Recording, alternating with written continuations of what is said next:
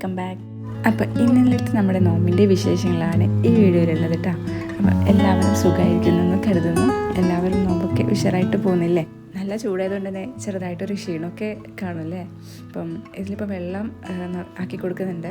ഇതിൽ നല്ല ലൈറ്റായിട്ടുള്ള നല്ല വെള്ളം പോലത്തെ ജ്യൂസും അതുപോലെ ടാങ്കും കാര്യങ്ങളൊക്കെ ആണെങ്കിൽ ആ ഒരു ജാറിൽ പോകും കേട്ടോ.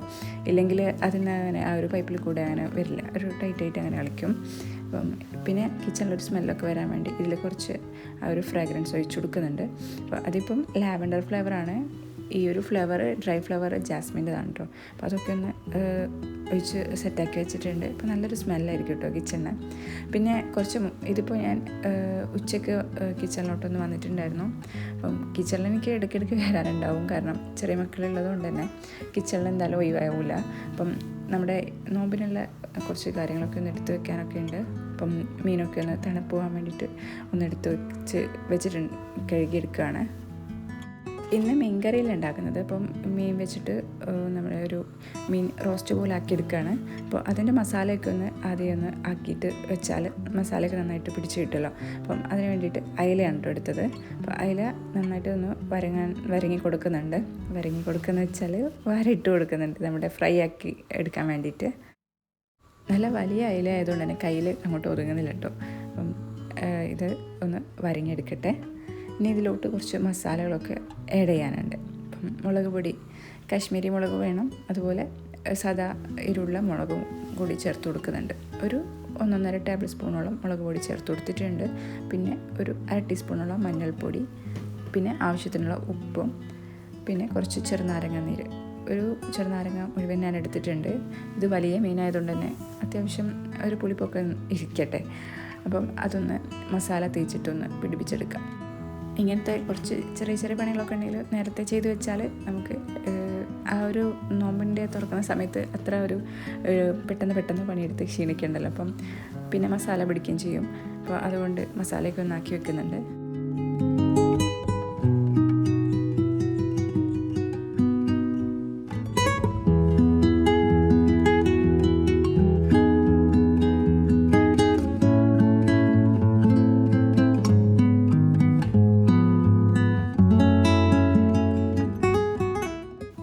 മസാലയ്ക്ക് റെഡിയാക്കി വെച്ചിട്ടുണ്ട്.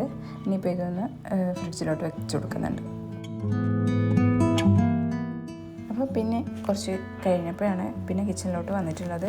ഇപ്പോൾ നമ്മുടെ ഇഫ്താർ പ്രിപ്പറേഷനും കാര്യങ്ങളൊക്കെ ചെയ്യാനുണ്ട്.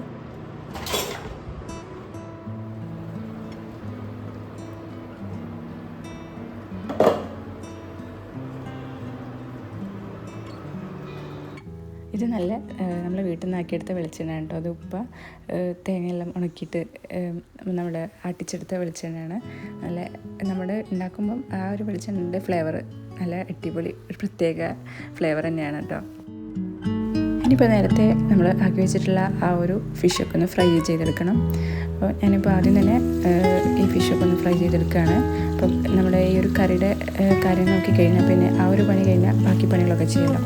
അപ്പം മീനൊക്കെ ഒന്ന് ഫ്രൈ ആയി വരട്ടെ. അപ്പോഴത്തേക്കും ബാക്കി കുറച്ച് പണികളൊക്കെ ചെയ്തെടുക്കാം. ഇപ്പം കുറച്ച് വലിയതായതുകൊണ്ട് തന്നെ കുറച്ച് സമയം എടുക്കും ഇതൊന്ന് ഫ്രൈ ആയി കിട്ടാൻ.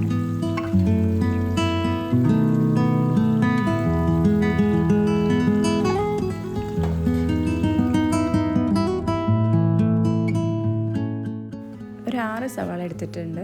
അപ്പോൾ ഇത് ഒന്ന് കട്ടാക്കി എടുക്കണം. കനം കുറച്ചിട്ട് കട്ടാക്കി എടുത്താൽ മതി കേട്ടോ. നമ്മുടെ മുട്ട റോസ്റ്റൊക്കെ ഇല്ലേ, അതിനൊക്കെ ആക്കുന്ന പോലെ ആക്കിയെടുക്കാനാണ്.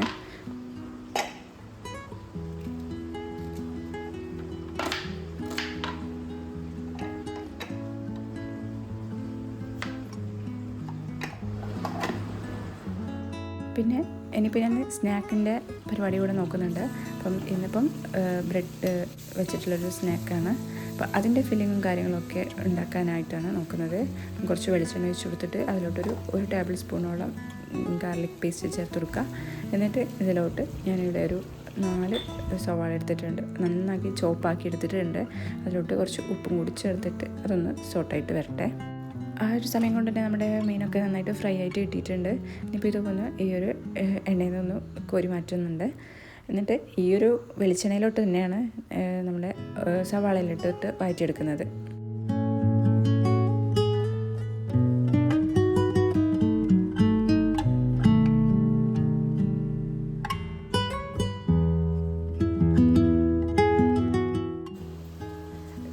ഫ്ലേവർ ഇട്ടു കേട്ടോ. ഈ ഒരു വെളിച്ചെണ്ണയിൽ തന്നെ നമ്മൾ ഇത് സോട്ട് ചെയ്തെടുക്കുമ്പോൾ. അപ്പം ആ വെളിച്ചെണ്ണ എന്തായാലും കളയേണ്ട. നിങ്ങൾ ഉണ്ടാക്കുകയാണെങ്കിൽ ആ ഒരു സെയിം വെളിച്ചെണ്ണയിലോട്ട് തന്നെ ഇട്ടിട്ട് നമ്മുടെ ഈ ഒരു ഉള്ളി ഒന്ന് വഴറ്റിയെടുത്താൽ മതി. ഇനി കുറച്ച് ഉപ്പൊക്കെ ചേർത്തിട്ട് ഒന്ന് കുക്ക് ചെയ്യാൻ വേണ്ടി വെക്കാം. നന്നായിട്ട് വഴന്ന് വരണം കേട്ടോ ഈ ഒരു ഉള്ളി.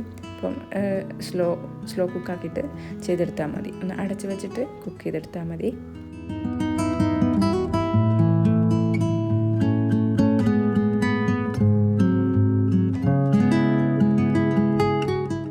ഇതിപ്പോൾ നമ്മുടെ സ്നാക്സിലോട്ടുള്ള വെജീസും കാര്യങ്ങളൊക്കെയാണ്. അപ്പോൾ ഒരു തക്കാളി മുഴുവനായിട്ട് ഞാനൊരു ബ്രെഡിൻ്റെ സ്നാക്കിലോട്ട് എടുത്തിട്ടില്ല കേട്ടോ.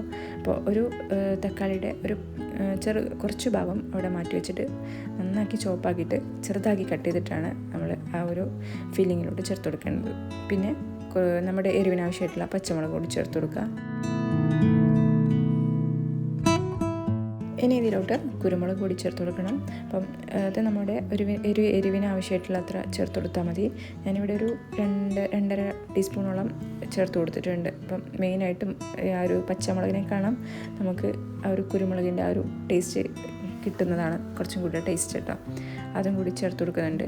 പിന്നെ ഒരു 1/2 ടീസ്പൂണോളം ഗരം മസാല പൗഡറും കൂടി ചേർത്ത് കൊടുക്കുക. എന്നിട്ട് കുറച്ച് കളറിന് ഒരു 1/4 ടീസ്പൂണോളം മഞ്ഞൾപ്പൊടിയും കൂടി ചേർത്ത് കൊടുക്കുക. അത് ഓപ്ഷണലാണ്, വേണമെങ്കിൽ ചേർത്ത് കൊടുത്താൽ മതി. ഇനി നമ്മുടെ ചിക്കൻ കീമ കൂടി ചേർത്ത് കൊടുക്കുന്നുണ്ട്. ഇതിപ്പോൾ ഒരു ഫുൾ പാക്കറ്റ് കീമ ഉണ്ട് കേട്ടോ. ഈ കീമ നമ്മൾ ഉണ്ടാക്കുമ്പം ഭയങ്കരമായിട്ട് അതിൻ്റെ ക്വാണ്ടിറ്റി അങ്ങ് കുറയും കേട്ടോ നന്നായിട്ട്. അപ്പം ആ ഒരു കാണുന്ന ആ ഒരു പാക്കറ്റിലുള്ള ഫുള്ള് കാണുമ്പോൾ നമ്മൾ വിചാരിക്കും അതൊരുപാടുണ്ടെന്ന്. പക്ഷേങ്കിലും അത് നമ്മൾ യൂസ് ചെയ്യുമ്പം അത്രയൊന്നും ഉണ്ടാവില്ല. പിന്നെ കുറച്ച് മല്ലിയില കൂടി ചേർത്ത് കൊടുക്കുക. പിന്നെ കറിവേപ്പില കുറച്ച് കട്ടാക്കി അതും കൂടി ചേർത്ത് കൊടുത്താൽ മതി.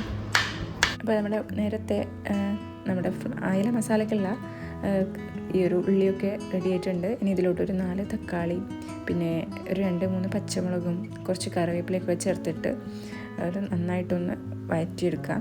അപ്പം ഇത് നന്നായിട്ട് ഈ ഒരു തക്കാളി ഇപ്പം കിട്ടുന്ന തക്കാളി ഭയങ്കര കല്ല് പോലെ ഇരിക്കുമല്ലോ. അപ്പം അത് ഉടഞ്ഞ് വരാൻ നല്ല സമയം എടുക്കും. അപ്പം നമുക്ക് നന്നായിട്ടൊന്ന് ഉടഞ്ഞ് വരികയും വേണം. മാഷ് ചെയ്തിട്ട് ആയിട്ട് കിട്ടണം നമ്മുടെ ഈ ഒരു തക്കാളി. പിന്നെ ഇതിലോട്ട് ജിഞ്ചർ ഗാർലിക് പേസ്റ്റ് ഒരു 1-1.5 ടേബിൾ സ്പൂൺ ചേർത്ത് കൊടുക്കുക. പിന്നെ കുറച്ച് മഞ്ഞൾപ്പൊടി, ഒരു 1/2 ടീസ്പൂണോളം മഞ്ഞൾപ്പൊടി, ഒരു ടീസ്പൂൺ മുളക് പൊടി, കാശ്മീരി മുളക് പൊടിയാണ് കേട്ടോ ചേർക്കുന്നത്. അതും കൂടി ചേർത്ത് കൊടുക്കുക. പിന്നെ ഒരു 1/2 ടീസ്പൂണോളം ഗരം മസാല പൊടി ചേർത്ത് കൊടുക്കുന്നുണ്ട്.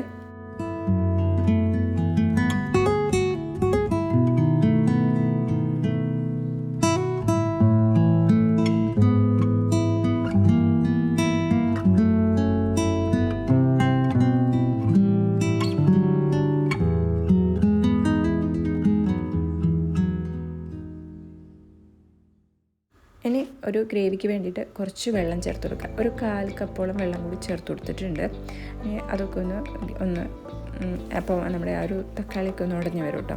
അപ്പം ഒരു വെള്ളം ചേർക്കണമെങ്കിൽ ചേർക്കാം, ഇല്ലെങ്കിൽ നിർബന്ധമില്ല. ഒരുപാടൊന്നും ആയി പോകണ്ട. ഒരുപാടായി കഴിഞ്ഞാൽ പിന്നെ അതൊരു കറിയായി പോകുമല്ലോ. അപ്പം ഇതിപ്പോൾ അധികം ഗ്രേവിയൊന്നുമില്ല കേട്ടോ, കുറച്ച് ഗ്രേവിയേ ഉള്ളൂ. ഇനിയിപ്പോൾ ഉപ്പൊക്കെ വേണമെങ്കിൽ ചേർത്ത് കൊടുക്കാം കേട്ടോ. വേണമെങ്കിൽ നമ്മുടെ ആവശ്യത്തിനനുസരിച്ച് ചേർത്ത് കൊടുക്കാം. പിന്നെ ഉപ്പ് അധികമായി പോകുന്നതാണ് നമ്മുടെ നോമ്പിൻ്റെ ഏറ്റവും വലിയ പ്രശ്നം. അധികമായി പോയാൽ കുറഞ്ഞാൽ പിന്നെ നമുക്ക് പിന്നെ ചേർത്താൽ മതിയല്ലോ. അധികമായി പോയാൽ പിന്നെ ഭയങ്കര ബുദ്ധിമുട്ടായിരിക്കുമല്ലോ. അപ്പം ഉപ്പിടലൊക്കെ ഒരു ടാസ്ക്കാണല്ലേ. ഇനി നേരത്തെ ഫ്രൈ ആക്കി വെച്ചിട്ടുള്ള അയല കൂടി ഇതിലോട്ട് ഇടാക്കി കൊടുക്കാം കേട്ടോ.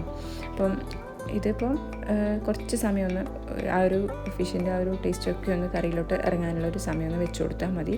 അപ്പോൾ അതാ നമ്മുടെ കറി ഓൾമോസ്റ്റ് റെഡി ആയിട്ടുണ്ട്. ഇനിയിപ്പം ഞാൻ പറഞ്ഞല്ലോ ആ ഒരു ടേസ്റ്റ് വേണമെങ്കിൽ കുറച്ച് സമയം ഒന്നും കൂടി ഒന്ന് വെച്ചിട്ടൊന്ന് അടച്ചു വെച്ചിട്ട് കുക്ക് ചെയ്തെടുത്താൽ മതി. ഓൾറെഡി നമ്മൾ ഫ്രൈ ആക്കി വെച്ചത് കൊണ്ട് നമുക്ക് ഒരുപാട് ആ ഒരു കുക്കിംഗ് ടൈമൊന്നും ആവശ്യമില്ല. പിന്നെ ഇതിലോട്ട് ടൊമാറ്റോ സോസ് വേണമെങ്കിൽ ഒഴിച്ച് കൊടുക്കാം. ഞാനിപ്പോൾ ചേർക്കുന്നില്ല. കുറച്ച് കറിവേപ്പില ചേർത്ത് കൊടുക്കുന്നുണ്ട്. പത്തിരിയുടെ കൂടെയും അതുപോലെ ചപ്പാത്തിയുടെ കൂടെയൊക്കെ ഈ ഒരു കറി ബെസ്റ്റ് കോംബോ ആണ് കേട്ടോ. അപ്പോൾ എന്തായാലും നിങ്ങൾ ഇതുപോലെ ട്രൈ ചെയ്ത് നോക്കിയിട്ടില്ലെങ്കിൽ ഒരു തവണയെങ്കിലും ഒന്ന് ട്രൈ ആക്കി നോക്കുക കേട്ടോ. അപ്പോൾ ഇതാ നമ്മുടെ കറിക്ക് ഏകദേശം തിളച്ച് വന്നിട്ടുണ്ട്.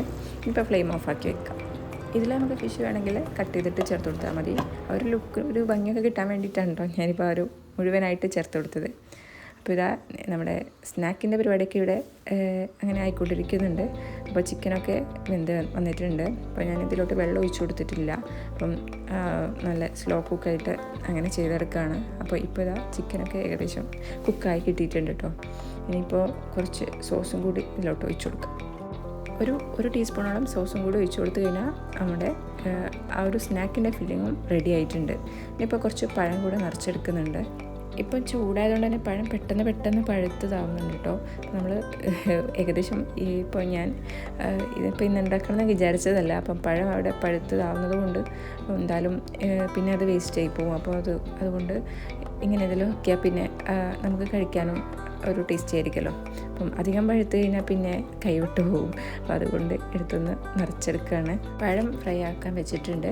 ഇനിയിപ്പോൾ ബ്രെഡിൻ്റെ സ്നാക്സിലോട്ട് പോവാം. ഇതിനിപ്പോൾ ഒരു sandwich, keema sandwich, bread keema sandwich എന്നൊക്കെ പറയാം. പേരൊന്നും കണ്ടുപിടിച്ചിട്ടില്ല കേട്ടോ. ഇനിയിപ്പം ഒരു ബ്രെഡ് എടുത്ത് അതിലോട്ട് നമ്മുടെ ഫില്ലിങ് വെച്ച് കൊടുക്കുക. എന്നിട്ട് അതിൻ്റെ മേളിൽ ഈ ഒരു ബ്രെഡും കൂടി വെച്ചിട്ട് ഈ ഒരു സാൻഡ്വിച്ച് മേക്കറിലോട്ട് വെച്ച് കൊടുത്താൽ മതി. അപ്പം ഇതിപ്പം ഈ ഒരു സാൻഡ്വിച്ച് മേക്കർ ഉള്ളതുകൊണ്ട് തന്നെ പെട്ടെന്ന് പണി കഴിയും. അപ്പം ഇതൊന്നും സൈഡിലായി ഇങ്ങനെ ആക്കിയിട്ട് ഒട്ടിച്ച് കൊടുക്കേണ്ട ആവശ്യമൊന്നുമില്ല. അപ്പോൾ ഞാൻ ഇതിലോട്ട് വെച്ച് കൊടുക്കുന്നുണ്ട്.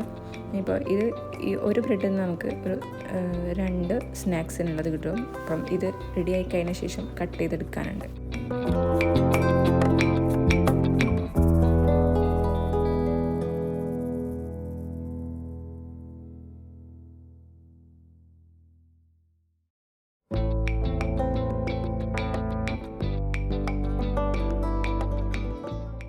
ഒരു 2 മിനിറ്റ് കൊണ്ട് തന്നെ നമ്മുടെ ഈ ഒരു പണി കഴിയും കേട്ടോ. അപ്പോൾ പെട്ടെന്ന് ആയി കിട്ടും. ഇനി ഇതൊന്ന് ടോസ്റ്റ് ചെയ്തെടുക്കാനും കൂടെ ഉണ്ട്. അപ്പം ആ ഒരു സെക്ഷൻ കഴിഞ്ഞു. ഇനിയിപ്പം കുറച്ച് 2-3 ടൈമായിട്ട് ഒന്നും കൂടി ചെയ്തെടുക്കാനുണ്ട്. ബാക്കി ബ്രെഡ് ഒന്ന് ഫില്ലാക്കിയിട്ട് എല്ലാം ഒന്ന് ചെയ്തെടുക്കട്ടെ.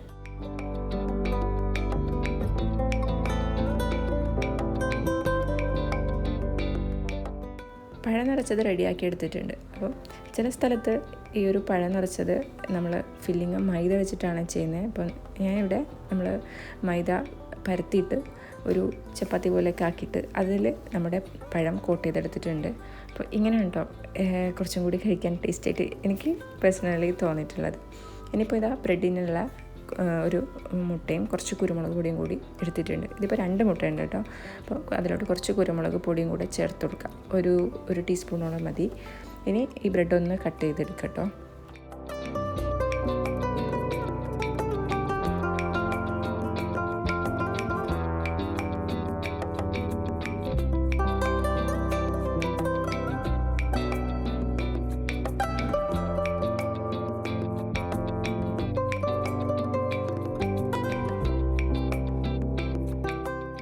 ഇതുപോലെ ഈ ഒരു ബ്രെഡിൽ നമുക്ക് ഇങ്ങനെ പല ഫില്ലിങ് വെച്ചിട്ടും റെഡിയാക്കി എടുക്കാം കേട്ടോ. അപ്പോൾ നല്ല ടേസ്റ്റാണ് ഇങ്ങനെ ഉണ്ടാക്കി കഴിക്കാനായിട്ട്. ഇനിയിപ്പം ആ ഒരു എഗ്ഗിൻ്റെ ഡിപ്പിൽ ഒന്ന് ഡിപ്പ് ചെയ്തെടുത്ത ശേഷം കുറച്ച് വെളിച്ചെണ്ണ ഒഴിച്ച് ഇതൊന്ന് ടോസ്റ്റ് ചെയ്തെടുക്കുന്നുണ്ട്. ഇത് ഡീപ്പ് ഫ്രൈ ഒന്നും വേണ്ട ആവശ്യമില്ല. ജസ്റ്റ് കുറച്ച് വെളിച്ചെണ്ണ ഒഴിച്ചിട്ട്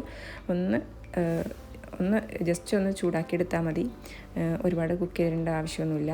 നല്ല സോഫ്റ്റ് ആവും നമ്മൾ ഈ ഒരു എഗ്ഗിൽ ഇങ്ങനെ ആക്കിയെടുക്കുമ്പോൾ. ഇത് അല്ലാണ്ടും കഴിക്കാൻ ടേസ്റ്റിയാണ്. പക്ഷേ കുറച്ചും കൂടെ ഒരു ടേസ്റ്റാണ് കേട്ടോ ഈ ഒരു എഗ്ഗിൻ്റെ മിക്സിൽ ഡിപ്പ് ചെയ്ത ശേഷം ഒന്ന് ടോസ്റ്റ് ചെയ്തെടുക്കുന്നത്.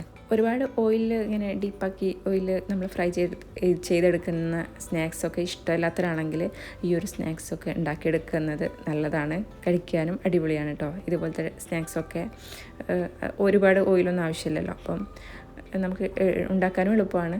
അപ്പോൾ ഇങ്ങനെ ഒന്നും ഉണ്ടാക്കിയില്ലെങ്കിൽ ഇതും ഒന്ന് ട്രൈ ചെയ്ത് നോക്കണേ. ഒരു 2 തവണ അതൊന്ന് തിരിച്ച് ഒന്ന് ചൂടാക്കി എടുക്കുമ്പോഴത്തേക്കും ആ ഒരു എഗ്ഗിൻ്റെ ആ ഒരു പോർഷനൊക്കെ അങ്ങ് പോകും കേട്ടോ.